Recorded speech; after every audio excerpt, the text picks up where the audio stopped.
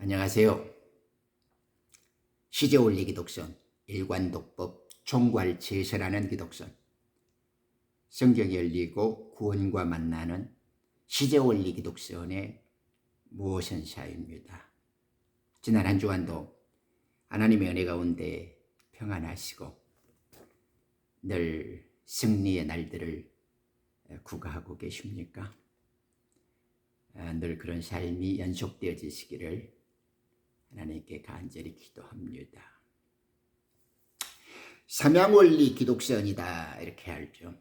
제가 기독선이라는 단어를 빌려와서 조금 이렇게 강조해 드리고 있는 것은 우리가 돌아가야 할 본향, 환향, 그리고 지금 이 땅에서의 나그네 살이 실향, 그리고 우리가 떠나왔던 그 고향을 일컬어서 삼향, 고향, 실향, 돌아갈 환향, 이렇게 삼향원리라 그래가지고 개독교라고 불리는 기독 종교의 이 파멸되어지고 뱀의 혀, 음료의 처소로, 강도의 소굴로, 이 장사치들의 혀눌림으로 전락하고 변질돼 버린 기독교라는 이 더러움을 좀 벗어나자. 그들은 이런 걸 잘 모르기 때문에 좀 강조해 주고자 해서 삼향원리라 그래가지고, 그래서 기독선에서는 삼향원리, 그 다음에 정체원리가 있습니다. 하나님은 자기의 혈통, 거룩한 빛의 계보를 가진 자들을 왕권에 가진 빛의 아들이라 표현하고, 그 하나님의 왕국에서 공무원들, 관료를 하는 자들을 프리스트, 이게 종들이라고 부르고 서번트라고 부른단 말입니다. 그래서 왕과 종과 왕국에서의 일반 시민들이 있단 말이에요. 이것을 좀 명확하게 자기의 영적 혈통, 자기의 하나님 왕국에서의 신분과 계급을 정확히 알아야 되는데, 이 기독교회라고 부르는 거짓 종교, 비진리를 우아한 소설로 장사꾼으로 만들어버리고, 이 거미줄에 걸린 그 회원들을 등에 빨대로 뽑아서 빗겨 먹어버리는 이자들의 혀놀림 속에서는 아들과 종과 일반 백성의 그 신분과 영적 계보를 밝혀주지 않아요. 왜? 그 속에 진리가 없기 때문에. 그래서 이것을 조금 더 알아야 된다. 그래서 정체원리, 자기의 영적 신분, 믿음의 정체성을 확보하려고 마지막 시대의 이 출세의 비밀을 열어가면서 주님 다시 오심 후에 계시를 밝히 깨달아야 한다. 그래서 정체원리라고 지금 강조해주고 있고, 지금 제가 이제 이 시간 함께 우리가 좀 해나가고 있는 시제원리는, 이 우리가 소위 삼위일체라고 말하지만 실제 삼위일체를 아무것도 모르는 자들에게 너무 여러분들 길들여져 있고 익숙해져 있을 거예요. 그런데 그들은 삼위일체라는 것을 떠들지만 삼위일체가 정확히 뭔지를 몰라요. 이렇게 비스듬하게 떠들어대는 거예요. 그런데 이제 제가 이 시제원리 속에 삼위일체 하나님이 어떻게 우리들과 함께 살아주면서 우리와 이 지상에서 하나님의 의와 영광을 나타내시는데, 이 세 삼위에 하시는 역사가 어떻게 음악적으로 펼쳐지고 있고 시제적으로 완성되고 있는가라는 걸 조금 이렇게 이해하는 데 도움을 좀 주고자 시제 원리를 하는 거예요. 세 분의 역사가 한 분으로 우리와 동일하게 일하신다라는 걸 강조해 드리고 있습니다. 그래서 이렇게 지금 제가 음악적 요소를 조금 곁들여서 오늘도 말씀에 하나님께서 어떻게 우리들과 함께 우리의 현실 역사 속에서 사람들의 이치와 질서 속에서 말씀으로 일하고 계신가라는 것을 조금 살펴보고자 하는 겁니다. 그래서 이 세 원리, 삼향 원리, 정체 원리, 시제 원리를 쉽고 간단하게 팍 줄기, 성경의 맥락이 여러분들의 삶 속에서 기둥이 확 세워지고 그죠? 잘 박힌 못처럼 심장에 딱 꽂혀버려야 된단 말입니다. 이 거짓 애들이 혀놀림으로 이렇게 강단에서 수필과 소설로 쓰는 그런 기독교, 그런 교회 종교의 더러움을 이제는 완전히 벗어나고 깨뜨려 버려야 돼요. 그래서 이 삼양 원리, 정체 원리, 시제 원리의 눈이 팍 밝아지면 성경이 한눈에 쏙 들어온단 말입니다. 그래서 이제 그것이 오늘의 주제, 생명의 샘물이 되는 거예요. 예수님께서 사마리아 여인에게 그러죠. 내가 주는 물을 먹는 자는 내 속에서 벨리에 있는 벨리, 내 창자에서 내 뱃속에서 영생하도록 솟아나는 샘물이 되리라. 생명 샘물이 되리라. 여러분들이 지금 예수 믿는다고 하면서 하나님의 진리와 말씀을 영접하고 말씀을 날마다 먹으면서 여러분들 속에서, 여러분들의 창자에서 영원한 생명 샘물이 늘 솟아나고 있어요. 한번 물어봅시다. 이렇게 생명이라는 것은요, 공부나 누가 가르치는 게 아니에요. 우리는 예를 들면 위대한 사람들 있잖아요. 음악이나 미술이나 이런 예술 같은 거 철학했던 사람들. 초보적인 시절, 초등학생 시절에는 그런 애들 선생님 밑에서 찌꺼기를 조금 배워요. 남이 쓰다가 버린 찌꺼기를 조금 배운단 말입니다. 그 끄트머리에서 그걸 가르침이라 해. 그것이 교육이든 종교든 어떤 제도적인 과정이든. 그런데 뛰어난 사람들, 탁월한 지혜를 가진 사람들은 어느 순간에서 어떤 경지에서는 그것을 벗어난단 말입니다. 지금까지 자기가 배워왔던 그것을 버려야 돼요. 이 남의 애들이 혀끝에서 인간적인 지식과 지금까지 우리의 상식과 교리로서 배웠던 것들은 지금 이 절대 진리, 영원한 복음이 쏟아졌을 때는 그런 걸 버려야 돼요. 이제는 남이 전해주는 그 끄트머리, 그 더러운 쓰레기를 버리고 치워버려야 돼요. 그래야 우리는 한 차원 높은 진리, 더 큰 빛의 세계로 도약하고 진보할 수가 있는 것입니다. 보다 넓은 세계, 참된 진리와 생명 세계로 나아가기 위해서는 이제껏 길들여진 그 더러운 학습, 그것이 우리에게 결림들어야 된단 말입니다. 진리를 모르는 자들이 진리인 것처럼 떠들어댄 그 더러움에 너무 익숙해졌기 때문에 우리는 거기서 벗어나기가 어려워요. 이 유사한 어둠이 우리를 너무 꽉 잡고 있기 때문에 우리는 이것을 탈출하기가 어렵단 말입니다. 그래서 이제 내 속에서 어둠 속에서 빛이 있으라 하신 내 안에 있는 빛을 발견해야 돼요. 우리의 영을 주님께서 밝히시고 끄집어낸단 말입니다. 그것을 내 양은 내 음성을 듣는다 이렇게.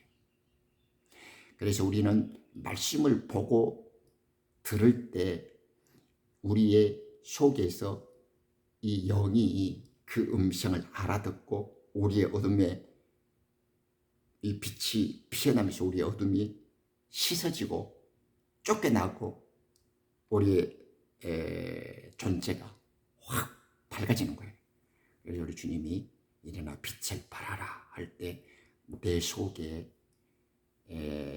예수님이라는 그 생명의 빛, 이 진리의 빛이 활활 영롱하게 새벽 어둠을 쫓아내는 새벽별처럼 빛나고 있다는 걸 느끼죠. 자, 우리가 좀 시제 원리를 보고 있는데 제가 또 음악 이야기를 약간 할게요. 왜냐하면 이 비유와 개념들을 한번 들어두면 우리들의 귀와 눈이 좀 시원해지고 밝아질 거예요. 우리가 그 음악을 하다 보면 가장 기초가 되어지는 것들이 음악의 3요소라고 그러죠. 이렇게 리듬, 멜로디, 하모니라고 그러지 않습니까? 그러면 음의 가장 이렇게 그 기초에서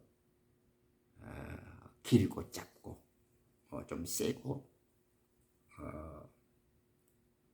약한 이런 음의 수평적 관계의 질서, 그것을 우리는 리듬이라고 하죠. 리듬. 그 음의 짧고 길고 좀 세고 약한 그 기본적 수평적 질서 위에다가 우리는 이제 높낮이를 주지 않습니까? 그걸 이제 우리는 멜로디라고 그러죠. 가락 혹은 선율이라고 부른단 말이에요. 그러면 기본적인 이제 가락이 리듬 위에 멜로디가 좀 붙어야 이제 우리가 이제 코드를 두 음 사이 또는 세 음, 네 음이 여러 울림들이 조화롭게 어울리도록 만들 수가 있죠. 그리고 우리는 이제 화성이라고. 이 하모니가 맞아야만 이제 리듬과 멜로디와 하모니가 조화를 이루어서 이제 좋은 곡으로 이제 만들어지는 것은 이미 상식적인 이야기죠. 지금 우리 성경이라고 하는 하나님의 말씀은 이렇게 저도 어렸을 때 물론 그 시절이 좀 이해는 가요. 지금처럼 이제 성령의 늦은비 성령의 모든 육체의 물부터 부어주시는 성령의 강력한 마지막 역사가 나타나기 전에는 그들이 최선을 다했고 생각하고 배울 수 있는 게 그거밖에 없었으니까 그들도 그런 말밖에 할 수 없었겠구나라고 이제 이해는 갑니다. 그렇지만 그들은 이제 예수님 이전의 시대에는 예수님도 정확히 모르고 또 하나님의 영인 성령의 역사도 잘 몰라요. 그래서 구약이라는 그 시대에 우리가 이렇게 쪼개서 예수님이나 성령의 역사가 없고 마치 여호와 하나님만 존재해서 일하신 것처럼, 그리고 또 하나님이 천사들의 모습을 빌려서 역사하신 것처럼 이렇게 이제 되게 주류를 이루고 그렇게 말을 하죠. 왜? 그들에게는 성령과 예수님의 역사에 대해서 창조주이시면서 구약 속에서 일하신 그분이 때가 되어서 신약으로 넘어오시면서 십자가 사건을 통해서 지금도 똑같이 일하고 계시다라는 것이 이해가 안 되는 거예요. 그래서 우리가 소위 이단이라고 부르는 저 애들 그 애들 보면 구약에 예수님이 어디 일하셨냐, 구약에서도 뭔 성령이 있었냐 이런 이야기를 한단 말입니다. 그들은 저주받은 혀들을 갖고 있어서 그래요.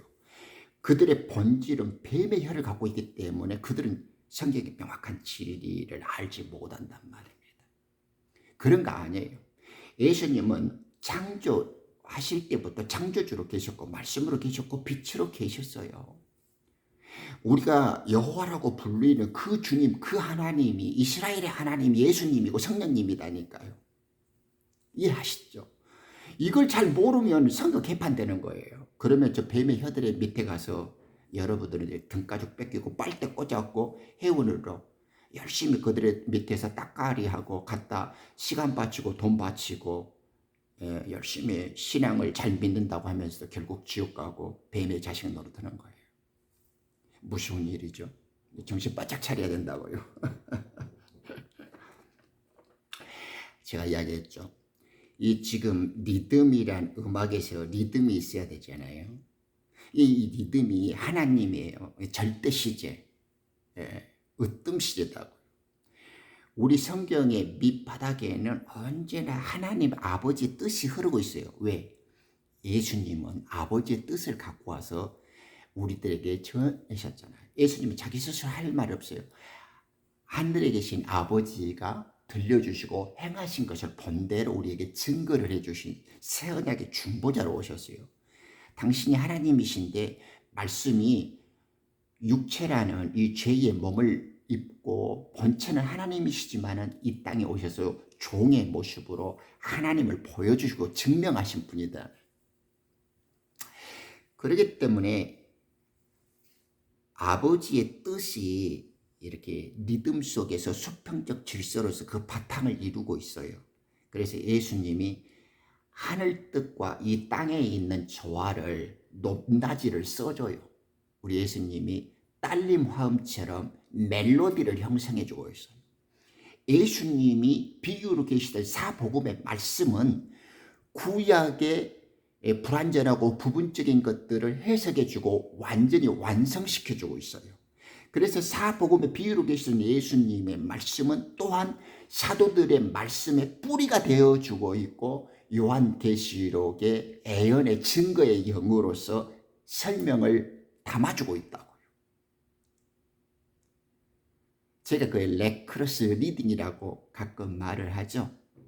그러니까 그 똑같은 이 하나님의 역사인데 그 밑바닥에는 아버지의 뜻이 리듬으로 놓여 있고 예수님이 하늘 아버지의 뜻과 이 땅에 오신 말씀으로서 인격의 하나님으로서 높낮이 멜로디를 만들어주고 있어요. 그럴 때 이 하나님과 아들의 영이신 예수님이 이렇게 리듬과 멜로디를 만들어줄 때 그것이 당신의 아들들, 당신의 종들, 당신의 신부들과 백성들에게 관계를 형성하고 작용과 활동으로서 통일된 일체를 만들어가는 이 하모니, 이 화성의 단계로서 조화와 균형과 통일을 만들고 있는 분을, 그 역사를 우리는 성령님이라고 그런다. 홀리 고스트, 제 표현으로 성훈림 이렇게 말씀한다. 어렵지 않죠. 그러니까 이 세 분이 한 분인데 함께 일하시고 있는데 음악적 요소로서 으뜸 시제로 발견되고 또 딸림 시제, 버금 시제로 만들어지는 것처럼 아버지의 뜻이 리듬으로 수평적 질서를 세우고 있다. 그러면 예수님이 하늘 땅의 역사를 높낮이로서 멜로디적으로 만들어주고 있고 그것을 코드적으로 화성적으로 모두 조화롭게 왕국의 질서를 이끌어가도록 관계와 변화와 작용을 이끌어가는 성령님, 이 진리의 영의 역사가 바로 하모니다 이렇게 말하는 거다. 그래서 제가 이렇게 시제 이야기를 하는 거예요. 그러니까 우리가 성경을 볼 때 예수님의 말씀을 볼 때 아하, 이 리듬과 멜로디와 하모니가 보여버려야 돼요. 우리가 이렇게 공부나 학습이라 내가 어떤 목사한테 배웠어, 내가 어떤 교수한테 서 어떤 언어학자가 이렇게 언어적으로 이렇게 말해서 이런 병신 같은 아이 아직도 지금 시대가 어떤데 이런 개소리, 이런 염소 물동사는 소리를 하고 있어요. 이런 깃밥 옆구리 터지는 것을 설교나 가르침이라는 말로 꼭 너무 부끄러움을 모르는 뻔뻔한 녀석들이라, 교수 목사라는 것들이 옛날 그 유치원 어린 시절 지금 마지막 늦은 비성령의 영원한 복음을 풀어주고 있는 이 절박하고도 위급한 상황, 이 한날 한순간이 얼마나 고귀하고 눈물 나는 시절인데 이들은 불행하게도 귀에 할례받지 않고 눈구멍이 성령의 역사로 열리지 않는 아이들이라. 그런 안타까워. 지가 모르니까 너무나도 뻔뻔하게 아무것도 아닌 거 그냥 뭔가 대단하고 뭐가 귀한 진리인 것처럼, 그리고 지가 아는 것처럼 이렇게 위장을 하고 떠들어대는 거예요. 그러면 우리가 이렇게 시제 원리를 통해서 생명샘물이 열려야 돼. 생명샘물이. 가만히 생각해 보십시오. 지금 내 속에서 지금 말씀을 보고 듣고 저에게 길을 빌리고 말씀을 듣고 영접하시는 여러분들이 지금 생명샘물이 열리고 있냐고요.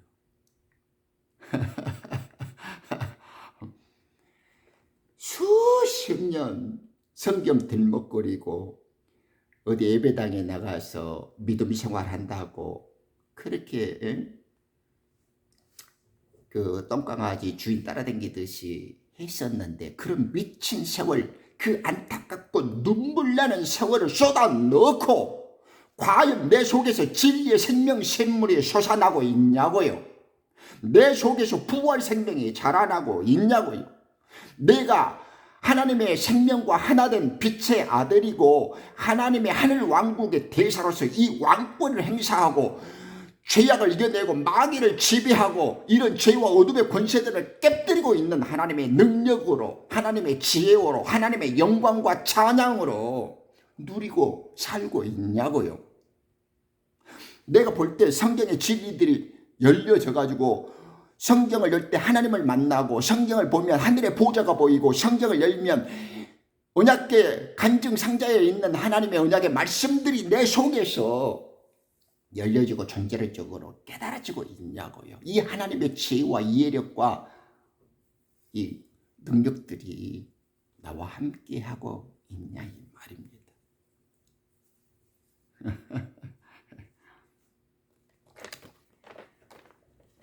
이제 우리 생명 샘물을 내 속에서 뱃속에서 흐르는 음악적 3요소로서 생명 샘물이 어떻게 흐른가 한번 보자고요.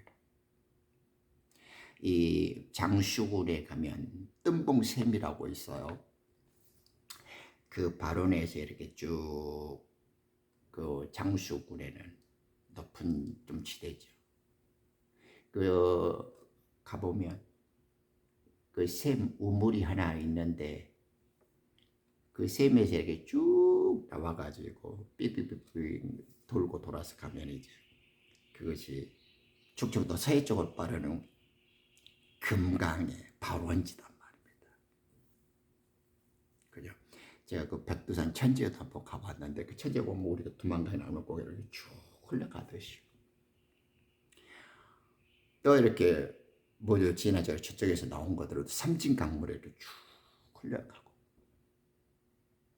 창세기에서 1장 1절에서 이렇게 딱 펼치면 요한계시록까지 이 하나님의 말씀의 생명 샘물이 황야의 길을 내고 이 사막의 강물로 흘러가듯이 내 메마른 심정, 이 의에 줄이고 굶주린 내 메마른 땅, 이 사막 같은 내 심정 혼 속에 하나님의 생명 샘물이 이 진리에 넘치는 홍수 같은 이 진리의 강물이 내 속으로 삭삭히 들어오냐고요. 시냇물이 흐르고 강물을 쪼개고 모든 그 산속에 사는 산림의 가축들 새들이 먹여주고 만물을 소성케 하고 푸른 초장을 만들 수 있도록 그 생명 샘물이 나를 촉촉히 적시고 때로는 이슬비처럼 때로는 소낙비처럼 이렇게 내 삶을 초장으로 푸른 초장으로 모든 짐승과 양떼들이 놀고 풍요롭게 먹을 수 있는 그런 강물 같은 역사가 물된 동산 생명 샘물이 끓이지 않는 상태로 내 심령을 내 삶을 촉촉히 젖어들게 만드냐고요. 이 생명 샘물의 역사가 성경의 진리의 맥락이 내 눈에 보이고 귀에 들려와야 그런 능력, 그런 삶이 향유되어질 수 있단 말입니다.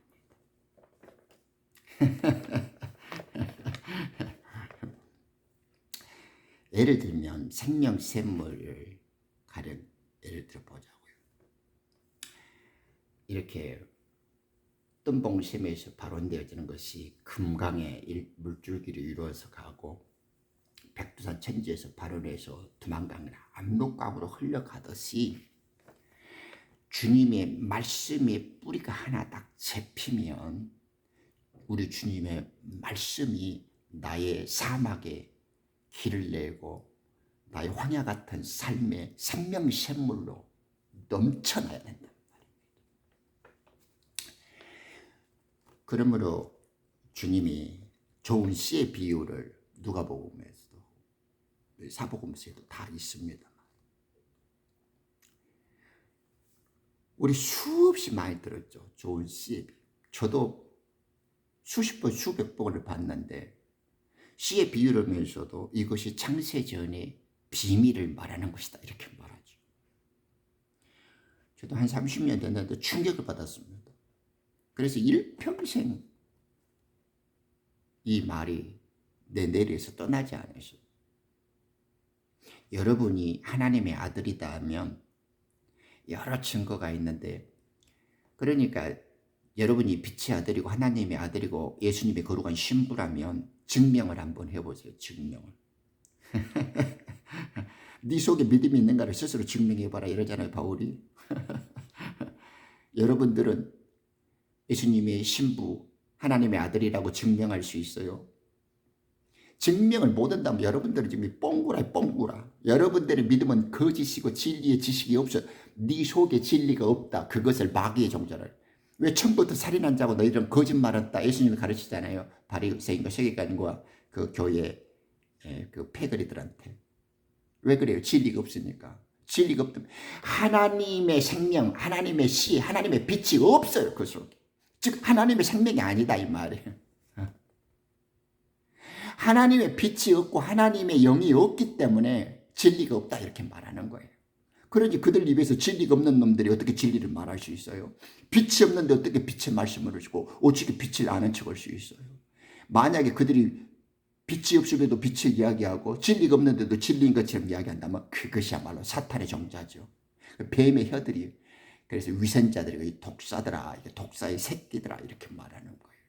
진리도 모르면서 진리가 없는데 지는 진리를 있는 것처럼 말한단 말입니다. 여러분, 지금은 이제 그런 거짓의 아이들을 잘 분별해야 돼요. 이 좋은 씨는 누가복음 8장 11절에 보면 하나님의 말씀이다 이러죠. 비유를 하시면서 좋은 땅에 뿌려진 사람들은 말씀을 듣고 이해를 해서 열매를 맺는 사람들이다 이러잖아요. 사람이라고. 말씀을 들었으면 열매를 맺어야 돼요. 그죠? 성경은 이른비 늦은비와 늦은비 성령의 역사잖아요. 봄에 예수님이 오셔서 사도들을 통해서 거룩한 생명의 씨앗을 뿌렸단 말입니다. 여름 넉 달 동안, 지금 2000년 동안에 곡식들이 다 자라났어요. 이제 가을, 첫 가을로 들어가는 나팔절 마지막 추수를 위해서 이제 낫을 대기 시작할 때 낫을 대려고 해요. 가을 거지를 해야 되니까. 제가 농사꾼의 아들이니까 알죠. 봄에 씨를 뿌리면 6달 동안 벼가 자라면 이제 하루에, 요즘에는 그냥 탈곡을 할 때 그냥 기계로 그냥 하루아침에 1시간이면 베어버리잖아요. 웬만하면. 이제 늦은비 성령에 거두는, 심는 자가 있고 자라게 하시는 건 하나님이고 이제 거두는 자가 싹을 닫는단 말입니다. 여러분들이 열매를 맺어야 되는데 가을 추수 시기를 눈앞에 두고 있는데 열매가 없는다는 것이 말이 되겠어요? 그러니 나가 지금 열매를 맺는 사람인가, 하나님의 추수의 열매로 나오는가를 알아야지.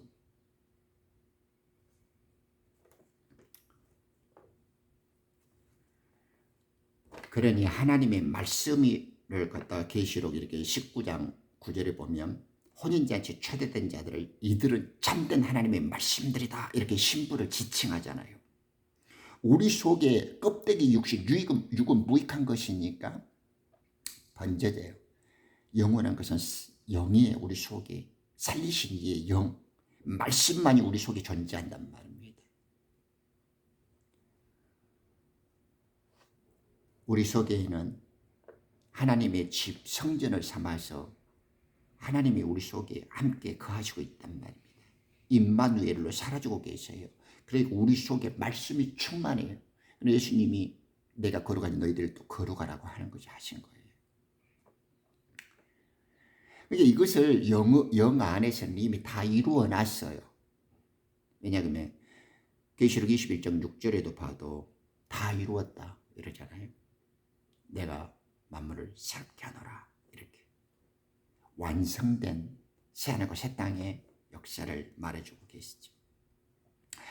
그런데 고린도전서 5장 17절에도 말씀하시잖아요. 그리스도 안에 있으면 모든 것이 새로운 창조물이다. 이렇게 보라, 새 것이 되었노라. 그리스도 안에 있으면 새 창조된 거예요. 새 생명이에요. 내가 그리스도의 영이 내 속에 있고 내가 그리스도 안에 있다 그러면 자기가 새 창조된 새 생명, 새 하늘과 새 땅에서 살고 있는 자라는 것을 영으로 알게 되어져요. 저처럼. 여러분이 그리스도 안에 있다라는 말이 아직도 이해가 안 되어지면 여러분들에게는 구원이 뭔지, 믿음이 뭔지, 부활 생명이 뭔지 여기 개소리다. 수박 거담는 소리가 된다 이 말입니다. 이게 잘 알아야 돼. 이 교회 종교 아이들과 기독교 아이들이 워낙 뱀이 늦은비 성령의 마지막 추수를 방해하려고 간구하고 교활하게 성경을 오역, 개악시키고 변개시키고 지금 그 교권을 잡고 거짓 혀들로 강단을 유린하고 있는 자들이 전부 이 사탄적 뱀에 길들여진 놈, 자기 탐욕에 매여 있는 아이들이라 쉽게 안 놔준단 말이야, 하나님의 백성들을. 그래서 가들이 잘 진리를 몰라요.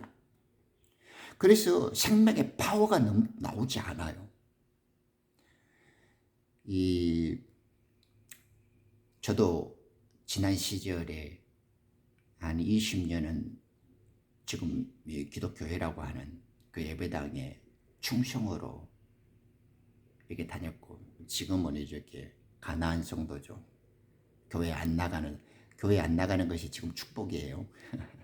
그런 더러운 놈들 밑에 가서 눈과 귀를 더럽힐 바에는 안 나가고 그냥 집에서 성경책 보는 거 좋아요. 그러면 주님의 영이 찾아오세요. 이 교회 종교 아이들이 모르는 것이 하나 있는데, 시편에 보면 104편에도 그런 말이 나와요. 그리스도의 하나님의 영을 보내면 그것이 새 창조예요. 그러니까 예수님이 빛의 세계에 있다가 이 물질 세계에 어둠에 갇힌 우리들을 구원하려고 온 것이 새 창조다니까. 하나님께서 말씀을 보내시니 그들이 새롭게 창조되었더라. 크리에이티브 된 거예요. 하나님이 당신의 영을 His Spirit, 그의 영을 보내면 우리들은 새 창조가 되어지고 지면이 리뉴, 새로워지는 거예요. 그것을 이미 다윗이나 시편 기자들도 다 알고 있었어요. 이제 우리들은 믿음의 눈과 귀가 열리지 않고 마음이 할례되어지지 않기 때문에 봐도 알지 못하고 들어도 깨닫지를 못하는 거예요. 그래서 제사함도 없고 회개도 몰라요.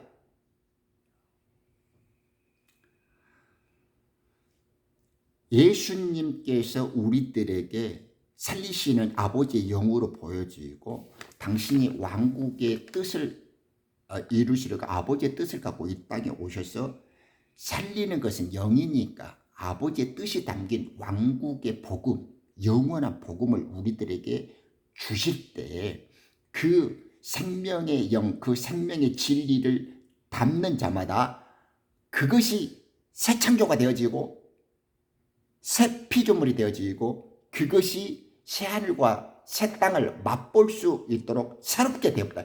그것이 그리스도 안에서 새롭게 되었고 만물을 다 이루었노라. 내가 만물을 새롭게 하노라. 이렇게 뜻이에요.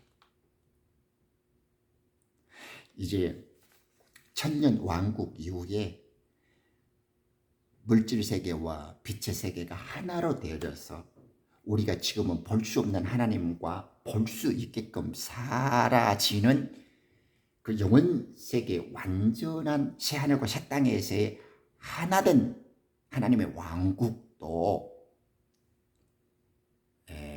새 창조가 맞아요. 그렇지만 말씀 안에서, 영 안에서 하나님은 말씀하시면 그것이 완성되어지는 신실한 분이시지 않습니까? 주님이 말씀하시면 그것은 이미 완성된 것과 같아요. 그죠? 그래서 우리가 지금 이것을 믿음으로 알 수가 있게 되어지고 영의 능력으로서 믿음으로써 우리는 그것을 알게 되어져요. 그러므로 말씀을 듣고 열매를 맺는 자들은 이 복음의 열매고 자기가 성령의 열매라는 걸 알아요. 로마서 8장에도 그러잖아요. 우리는 성령의 첫 열매다 바울이 고백하지 않습니까? 사도들. 그리고 우리들도 마지막 추수를 위해서 수확을 준비하는 열매 맺는 자들이에요. 그러니까 하나님의 아들이 되었다, 양자가 되었다, 거룩한 신부가 되었다. 이 말은 즉 좋은 씨로 열매 맺는 자들인데 그들은 하나님 태초의 창세 전에 빛의 생명들이었고 말씀 안에서 생명적으로 본질적으로 하나된 한 몸으로 불리워진 지체들이었다. 이 말이죠. 그래서 우리는 몸의 구속을 받아서 부활된 자들이다 라는 뜻입니다. 그것은 성령의 열매다. 그것이 좋은 씨로 뿌려진 자들의 수확이라는 거예요. 열매라는 거예요. 이 새 생명의 열매들을 봐도 하나님께서는 자기 아들이다라고 합니다. 아들이라는 말은 생명의 씨라는 거이고 성곽을 분별하는 자들이고 은혜로 택하심을 따라 난 자들이다. 이런 뜻이에요. 이렇게 생명 샘물이 내 뱃속에서 이 사막의 길을 내고 황야의 강물처럼 의에 줄이고 목마른 자들에게 하나님의 지리의 생명 샘물이 오셔서 우리에게 지금 생명 강물을 만들어주고 있죠. 아하, 나는 좋은 씨인데 이 씨는 하나님의 말씀인데 이 말씀은 첫 언약의 구약과 새 언약의 복음인데 이 복음을 받고 먹는 자마다 우리는 이제 새로운 열매를 맺는 좋은 씨의 열매로 맺는 자들이구나. 이것이 복음의 열매요, 의로움의 열매요, 성령의 첫 열매라고 불리워진 자들이고 이 열매가 빛의 아들들이고 하나님의 생명들이다. 이렇게 지금 말해주고 있잖아요. 이 성경의 맥락, 생명 샘물이 살살 흘러나와야 돼. 이 공부나 그런 게 아니에요. 이거 뭐 공부나 가르치면 누가 준 게 아니에요. 들음을 알게 되고 영이 인지를 해버리고 우리 속에서 세포 하나하나가 깨어져서 부활로 만들어져. 그것을 의의 옷을 입는다. 빛의 갑옷을 입었다. 신부 단장을 해서 예복을 입었다 이 말이에요. 우리는 몰라요. 그렇지만 우리 속에 들어있는 육신의 껍데기가 벗겨지고 찔러 쪼개는 성령의 역사가 우리의 몸과 죄의 몸과 혼과 영을 찔러 쪼개면서 우리를 하나님의 사람으로 만들고 있는 거예요. 하나님의 빛의 생명으로 완전케 하고 있는 거예요. 그걸 끝까지 보증해주시고 책임져서 이끌고 가시는 것이 성령의 역사예요. 그것이 광교와 변화의 작용을 이끌고 있는 하모니의 역사라고요. 그래서 로마서 9장 8절에 보면 이것을 이 생명들을 약속을 따라 난 자, 은혜로 택하심을 받는 자다라고 바울이 거듭 강조해주고 있습니다. 이 생명 샘물이 마지막 맞닿는 곳이 어디냐 그러면 이 자들은 에베소서 1장 4절에도 말하고 계시록에도 이야기했죠. 생명이라는 우리는 그냥 어린 양의 생명책 이렇게 딱 써버렸는데 그것이 생명이라는 어린 양의 책이에요. 어린 양의 책이다. 생명책이다. 그 말은 생명인데 그 어린 양의 책이라고 표시를 해줘요. 어린 양의 책이라는 말이 생명이고 생명이라는 말이 말로만이 아니라 기록되었다는 거 확실하고 정확하다는 말이죠. 그것을 생명이신 어린 양의 책이다. 우리 어린 양 생명책이다. 그래서 이 어린 양의 생명책에 기록된 자들은 에베소서나 로마 8장 30절에 보면 부르시고 먼저 창세 전에 물질 세계를 만들기 전에 이미 예정하시고 부르시고 의롭게 하시고 우리를 또한 예수님의 부활과 함께 우리 예수님의 부활 성천하실 때 그들을 이렇게 의롭게 하셔서 영화롭게 하셨다. 빛의 나라로 옮겨져서 그들로 하여금 지금 예수님과 함께 우편 보좌에 앉게 하셨다. 이렇게 말하는 거예요. 자, 우리도 이제 성경을 보고 들을 때 내 속에서 영생하도록 솟아나는 생명 샘물이 있는가 체크해 보시자고요. 다음 또 시제 원리를 보겠습니다. 감사합니다.